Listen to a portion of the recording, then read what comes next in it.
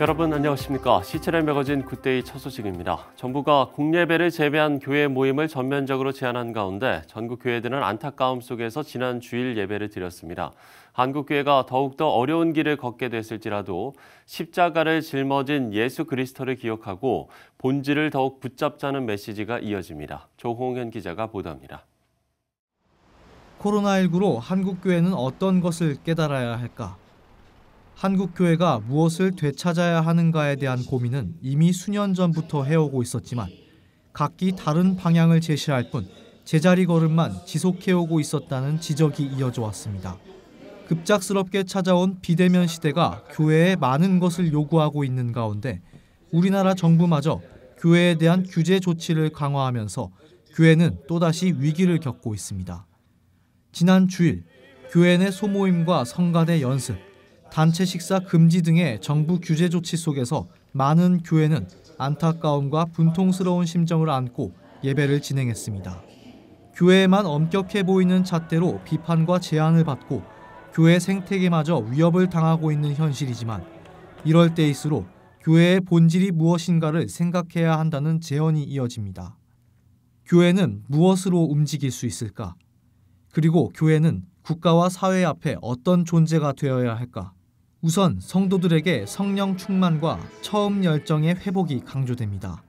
여의도 순복음교회 이영훈 목사는 힘들고 어렵지만 신앙이 나태해지면 안 된다면서 어려움을 통해 우리의 신앙이 더 성숙해야 하고 성령의 충만을 갈망해야 한다고 요청합니다. 세해된 교회 소강성 목사는 초대교회 신앙으로 교회가 재시동을 걸어야 할 것을 당부하면서 교회가 먼저 희생하고 헌신의 모범을 보일 뿐 아니라 틀에 박힌 제도화를 변화시켜야 할 것을 말하고 있습니다. 이 뻔한 포맷 가지고 우리가 너무나 화석화되어 있는 모습, 제도화되어 있는 모습을 통해서 오늘 현대인의 교인을 감동시키지 못했다는 겁니다. 시대적 위기 상황 속에서도 하나님 사랑과 이웃 사랑의 본질 실천도 크리스찬이 되찾아야 할 모습입니다. 세중앙교회 황덕연 목사는 교회가 위기를 극복하기 위해서는 기독교의 본질이자 핵심인 선교적 사명을 붙잡고 실행해야 한다고 강조합니다. 예수님께서 승천하시기 전에 우리에게 주신 지상명령, 이거는 타협할 수 없는 교회의 명령이고 또 성도의 명령입니다. 예수님께서 다시 오시면 반드시 유언과 같이 하신 이 말씀을 물으시겠죠. 너는 갔느냐? 제자 삼았느냐? 세를 베풀었느냐? 가르쳐 지키게 했느냐? 달라지는 시대, 교회가 예배와 모임의 방법을 달리해야 한다는 목소리가 나오고 있지만 어떠한 변화가 생기더라도 이 어려움은 분명 교회가 다시 본질을 붙잡을 기회라는 메시지가 이어지고 있습니다. C채널 뉴스 조홍현입니다. 지난 10일 별세한 고 백선엽 장군은 6.25 전쟁에서 큰 공을 세운 전쟁 영웅으로 평가받습니다. 고 백선엽 장군을 추모하기 위해서 조문 행렬이 이어지고 있는데요. 교계 지도자들도 빈소를 찾아 고인을 기렸습니다. 변현준 기자입니다. 조국을 구한 전쟁 영웅으로 평가받는 백선엽 장군. 6.25 전쟁 당시 낙동강 전선에서 내가 선두에 설 테니 후퇴한다면 나를 쏘라고 지시하니라는 오늘날까지 회자되고 있습니다.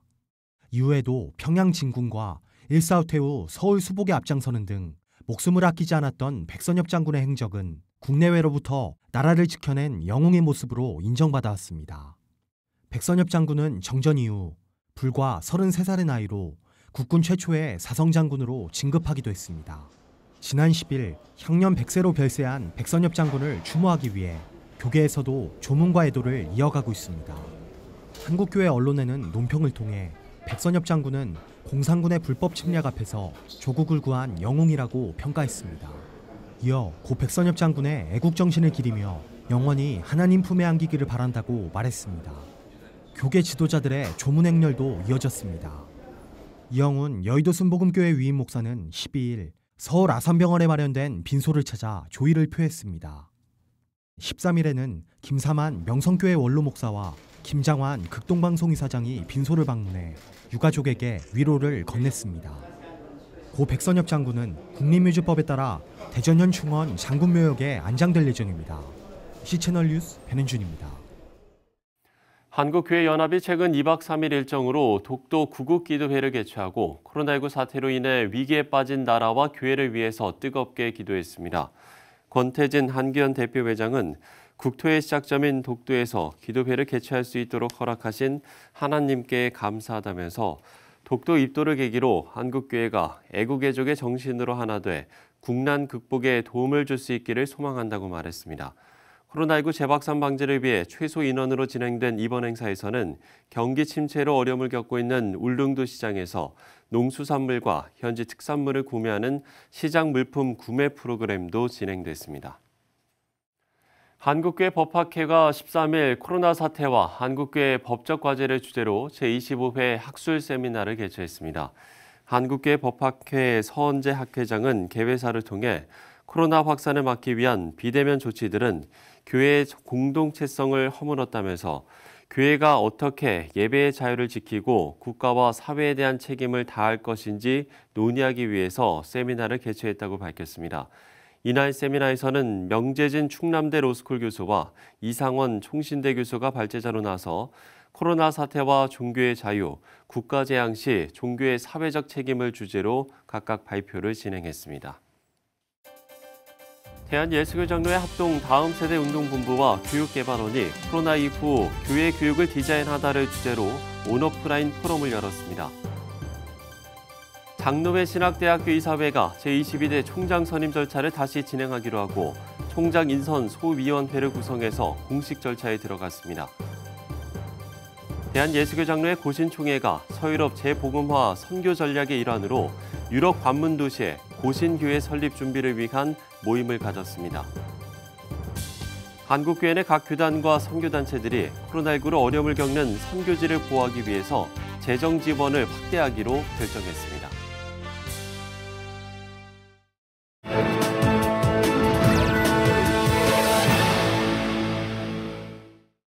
네, 미 행정부가 온라인 수업만 참여하는 유학생을 대상으로 비자 규제에 나섰습니다. 이번 조치로 유학생들과 대학들이 곤경에 처하게 됐는데요. 관련 내용을 미국 태평양 법률협회 주성설 목사 연결해서 들어보도록 하겠습니다. 자, 목사님, 이번에 미 행정부의 발표로 많은 유학생들이 어려움에 처할 것 같은데 어떻습니까? 네, 미 국토안보부 이민세관 단속국에서는 올 가을부터 실시하는 온라인 강의만 듣는 유학생들은 미국에 머물 수 없도록 하는 법안을 채택했습니다.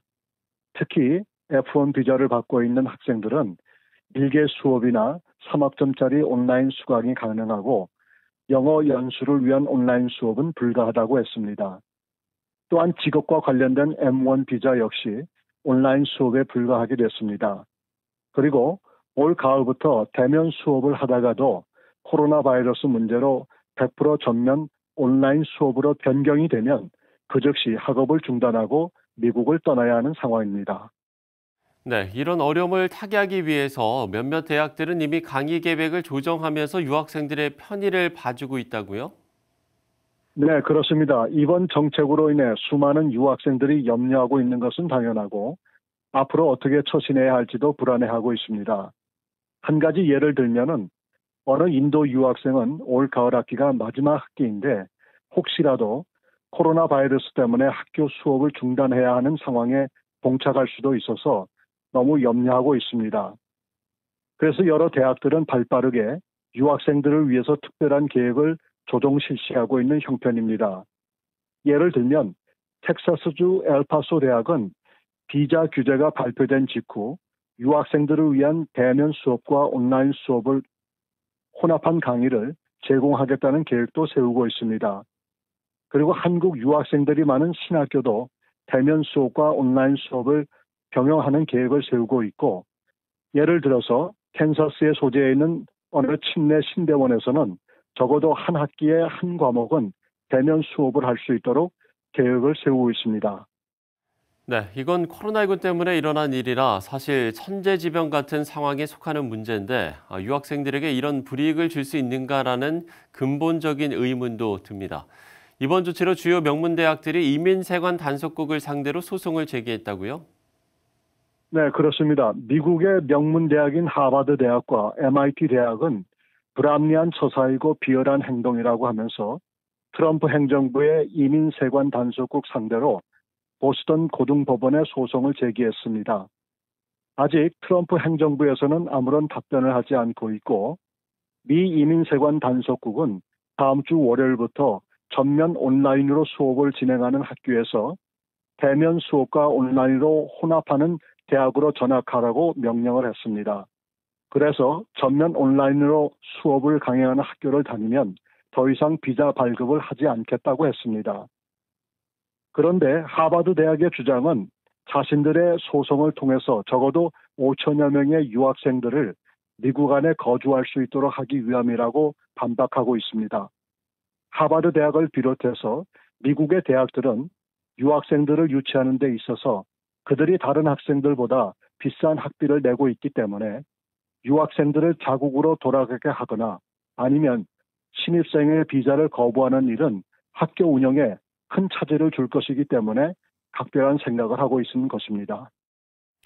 네, 우리는 표면적으로 드러난 사안만 보게 되지만 그 이면에는 수많은 이해관계들이 내포돼 있을 텐데요. 유학생들에게 조치를 내리는 미국 정부나 소송을 불사하는 학교 모두가 정치나 경제 논리가 아닌 유학생들의 미래를 책임지는 교육 본연의 진정성도 담아낼 수 있기를 기대해 보겠습니다. 미국 태평양 법률협회 주성철 목사와 이야기를 나눠봤습니다. 자, 미국은 세계 여러 나라에서 한 해에 100만 명 이상의 유학생들이 찾아옵니다. 다양한 국가에서 찾아오는 이들은 정착하기까지 여러 가지 어려움을 겪게 되는데요.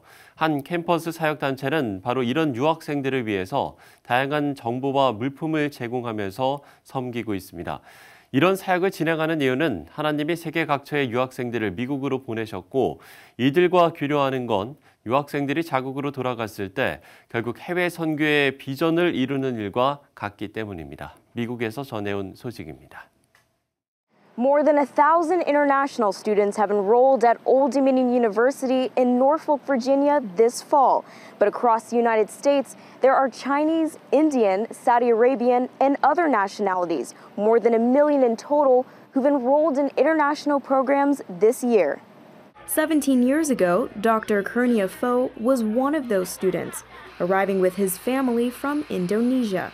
Now he's giving other internationals a helping hand. We have international students and scholars and their families that come from different parts of the world.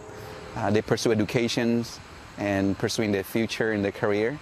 Pho founded Global Student Friendship, a campus ministry supported by local churches. Today, he has invited over 100 arriving students to a welcome lunch. They just arrived maybe a couple of days ago, but with this sense of welcoming and giving them a cup of water, a plate full of meal, it's something that we'll feel for them. This represents something, speak to their heart, that these people care about me. The friendships formed here lead to family outings and meals in American homes during the school year. It's something most foreign students don't experience. 88% of internationals are never invited into an American home, and actually even worse for immigrants. They live here maybe 20 years and they don't have American friends either. Anticipating the needs of these arriving students, the Global Friendship team also provides welcome bags full of household items, free rides to the grocery store, and even furniture for empty apartments.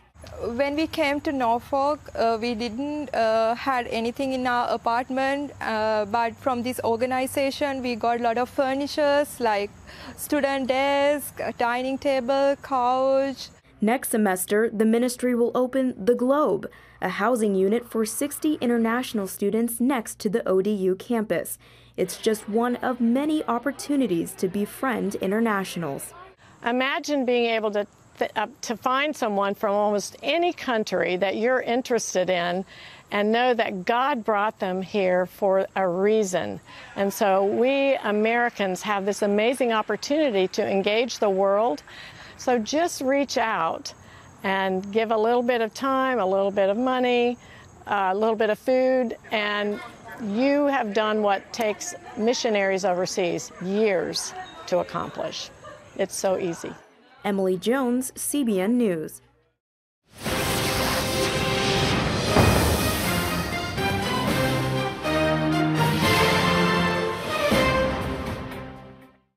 네, 대한성서공회가 지난 5월에 새 임원단을 꾸렸습니다. 신임 이사장에 정하봉 목사가 선임됐는데요. 오늘 저희 스튜디오에 모셨습니다. 이사장님 안녕하십니까? 예, 감사합니다. 예. 자, 교단과 교파가 달라도 하나가 될 수 있는 열쇠가 바로 성경입니다. 그렇기 때문에 교계 연합 기관 중에서 그 의미가 더 깊지 않나라는 생각이 드는데 먼저 취임하시고 좀 사역을 감당하고 계신 소감을 좀 들어봐야 될 것 같습니다. 네. 대한성서공회는 1911년에 최초의 우리말 성경인 성경전서를 번역 출간했습니다. 네. 이 성경을 수차례 개정해서 1998년 성경전서 개역 성경 개정판을 출간했습니다. 이 성경은 현재 한국교회 예배용 성경으로 사용하고 있습니다. 네. 한국교회는 지금까지 교단과 교파를 초월해서 하나의 성경을 사용해온 아름다운 전통을 지켜오고 있습니다. 네. 저는 대한성서공회 신임 이사장으로서 책임을 진 것에 대해 영광으로 생각하며 한편으로는 책임이 막중한 것을 느끼고 있습니다. 네.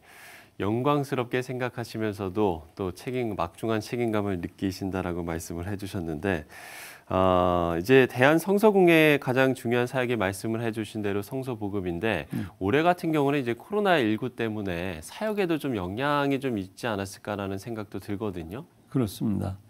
코로나19로 인해서 사회적 거리두기가 계속되고 교회 활동이 위축되며 이 국내 성서 반포에도 많은 어려움을 겪고 있습니다. 네네. 특히 해외의 경우 코로나19로 인한 이동 제한과 또 폐쇄 조치에 따라서 세계 각국 성서공회들이 재정적 위기를 겪고 있습니다.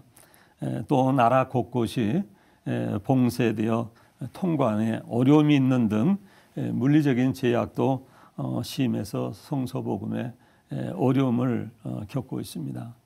매년 이제 보급한 성경이 어느 정도나 되는지 통계도 좀 내실 것 같은데요. 네. 지금까지 좀 성경이 보급된 현황도 소개를 해주시면 좋을 것 같습니다. 네.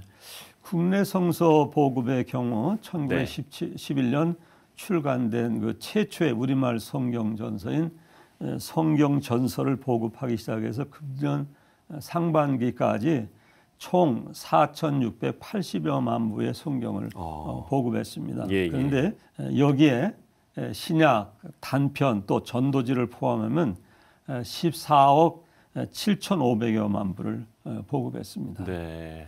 해외 성서 복음의 경우는 1973년 대한성서공회에서의 해외 성서를 제작 보급하기 시작한 이래 매년 120여 개국 200가지 언어로 된 600여만 부의 성서를 제작하여 보급하고 있습니다. 그 결과로 지금까지 금년 상반기까지 총 1억 8,200여만 부의 해외 성서를 제작해서 보급했고요. 세계 150여 개 성서공회 중에 자국이 아닌 해외에 가장 많은 성서를 제작해서 보급하는 성서공회로 우리 대한성서공회가 자리매김됐습니다. 예, 이렇게 구체적인 숫자로 듣고 보니까 그 양이 정말 어마어마하다라는 생각이 듭니다. 자, 특별히 성경이 없는 지역에 성경을 보급하는 것도 매우 중요한 사역일 텐데 자국어 성경이 마련되어 있지 않은 나라들도 좀 있을 것 같습니다. 이 부분은 좀 어떻습니까? 2019년 말 기준인데 세계 성서공회 연합회 보급에 따르면 이 단편 성서 쪽복음이라고 하죠. 예. 그거라 또 번역된 언어의 수가 3,395개에 이른다고 합니다. 그래요? 상당하네요. 전 세계 언어가 약 7,359개인 것을 감안하면 성경이 번역되고 있거나 또 번역되어야 할 언어가 아직도 4천여 개에 이르고 있다고 합니다.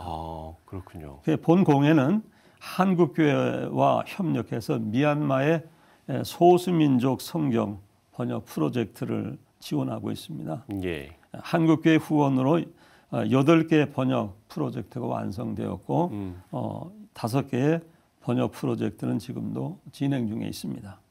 그래서 이 대한성서공회는 가능한 많은 사람들에게 성경을 보내서 복음의 진리를 전하고자 노력하고 있습니다. 예. 하지만 이러한 사역은 대한성서공회의 힘만으로는 이루기 어렵습니다. 한 권의 성경이 보급되기 위해서는 성경의 번역과 제작, 운송 등의 다양한 과정이 필요합니다. 각 과정의 필요가 채워질 수 있도록 계속해서 한국교회와 성도님들의 꾸준한 관심과 기도를 부탁드립니다. 예. 자, 그런가 하면 특별히 테러나 핍박을 받는 곳에도 이 성경을 보내는 것으로 알고 있는데요. 이 부분도 좀 말씀을 해주시면 좋을 것 같아요. 예. 대한성서공회는 2008년부터 한국교회와 협력해서 정치적, 경제적, 종교적인 이유로 스스로의 힘으로 성경 보급이 어려운 세계의 그 미자립 성서공회 무상으로 성경을 보급하는 사역을 진행하고 있습니다. 예. 특히 테러나 핍박으로 인해서 스스로의 힘으로 성경을 가질 수 없는 사람들에게 성경을 보급하고 있습니다. 쿠바는 아메리카 대륙 최초의 공산 국가로 쿠바 공산화 이후 종교 활동에 많은 제재를 가하고 있습니다. 예. 이러한 어려움 속에서도 한국을 비롯한 여러 나라에서 지원하는 성경을 통해 복음이 전해지고 있습니다. 통상적으로 이스라엘 문화권으로 인식되는 중동 지역뿐 아니라 아프리카 북부 지역까지 극단주의 이슬람의 위험에 노출되어 있습니다. 과격 이슬람의 공격으로 부르키나파소 북부 지역의 몇 교회의 성경이 모두 불타버리자 한 성도가 성서공회에 성경을 요청했습니다. 성경을 받아든 그 성도는 눈물을 흘리며 끝까지 자신의 신앙을 지키겠다고 다짐했습니다. 이렇게 다양한 핍박과 어려움 속에서 전해진 한 권의 성경이 신앙의 힘을 지켜주고 있습니다. 예. 자, 그런가 하면 한국교회와 협력해서 성경 보내기 운동도 지속적으로 진행을 하고 있는 것으로 알고 있는데요. 맞습니까? 그렇습니다. 대한성서공회는 한국교회와 협력해서 세계 곳곳에 성경을 보내고 있습니다. 예. 한국교회와 협력사업은 우선 한국교회가 매년 12월 둘째 주일을 성소주일로 지키지요. 아직도 성경을 갖지 못하는 지구촌 이웃들에게 성경을 보내는 일에 참여하는 것입니다. 또 하나 개인 혹은 단체가 성경 보내기 후원 회원으로 동참하는 방법이 있습니다. 이러한 한국교회 협력을 통해 전 세계 곳곳 성경을 구할 수 없는 사람들에게 성경을 보급하여 복음을 전하고 있습니다. 예. 자, 마지막으로 이 부분을 좀 짚어봐야 될 것 같습니다. 우리가 이제 코로나19 이후로 비대면 시대가 이제 도래하고 있다, 이런 이야기들을 많이 하는 것 같습니다. 성서공회에서도 이에 대한 좀 준비를 하고 계신지요? 네, 대한성서공회는 이제 디지털 매체로 기반으로 변하는 시대에 따라서 사람들에게 효과적으로 성경 말씀을 전달하기 위해서 준비해 왔습니다. 예. 이러한 노력의 일환으로 지난 2012년부터 가칭 새 한글 성경전서를 번역하기 시작했습니다. 새 한글 성경은 원문에 충실하되 쉬운 현대 우리말로 새롭게 번역하는 성경입니다. 인쇄 매체와 디지털 매체로의 전달은 물론 각종 모바일 콘텐츠로 언제 어디서나 성경을 쉽게 접할 수 있도록 하는 데 초점을 맞추었습니다. 예. 이 새한글 성경은 작은 스마트폰으로도 성경을 읽는데 어려움이 없도록 16어절을 넘지 않는 간결한 문장을 사용했습니다. 인쇄 성경으로 제공하는데 한계가 있었던 참고 자료들, 사진, 또 지도, 그림, 관주, 각주, 용해 해설, 오디오 콘텐츠 등을 삽입해서 누구나 흥미롭게 성경을 배울 수 있고 또 젊은 세대들에게도 말씀을 친숙하게 받아들이는데 도움을 줄 수 있으리라고 기대하고 있습니다. 예, 그렇군요. 자, 모든 민족이 그야말로 자국어 성경을 갖고 믿음 생활을 할 수 있도록 성서복음이 이어질 수 있길 저희도 기도하도록 하겠습니다. 대한성서공회 정화봉 이사장과 이야기를 나눠봤습니다. 이사장님 오늘 말씀 고맙습니다. 감사합니다.